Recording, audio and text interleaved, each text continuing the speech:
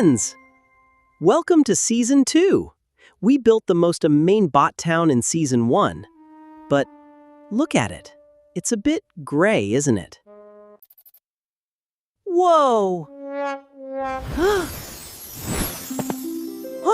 You again?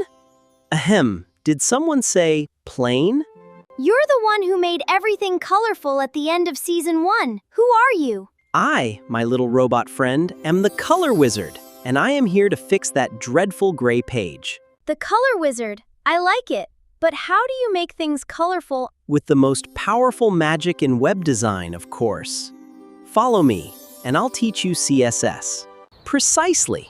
That is where CSS comes in. CSS is the paint, the wallpaper, the decoration. So HTML builds it and CSS makes it pretty? CSS takes that gray structure and makes it beautiful.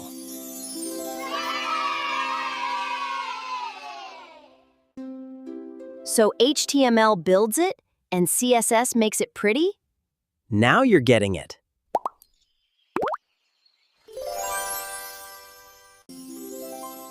HTML and CSS work together. You cannot have one with together. You cannot have one without the other. In CodePen, do you see the second block? The one labeled CSS?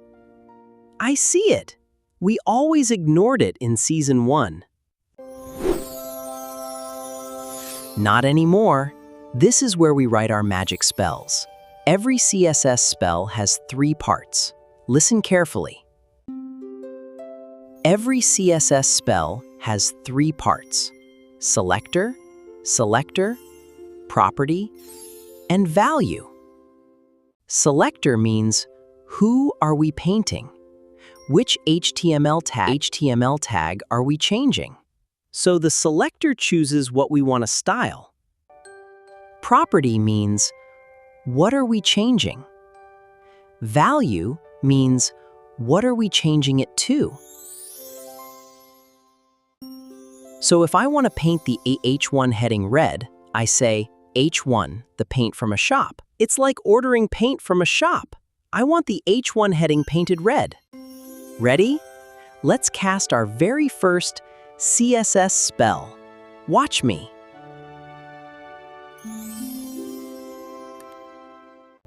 Step 1. Type the selector. Which tag? Which tag are we targeting? Which tag are we targeting? H1!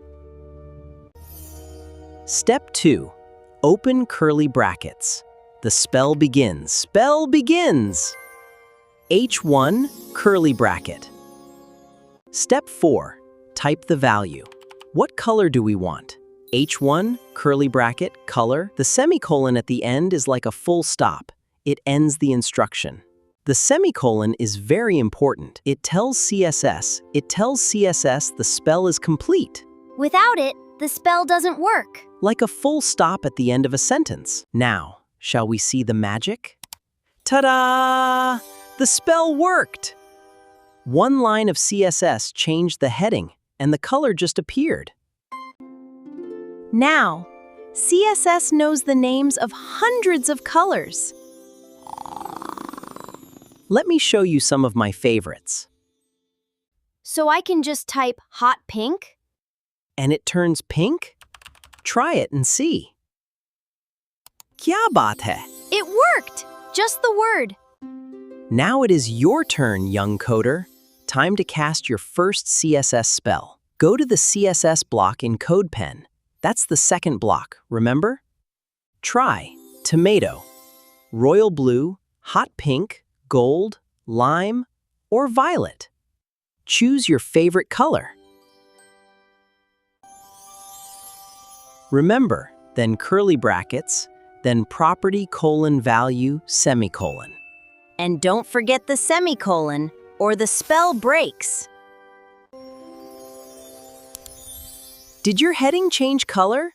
Let someone see. Tell them I did that with. Welcome to Season 2, young wizard. Let's remember what we learned. Today. HTML is the building. CSS is the paint.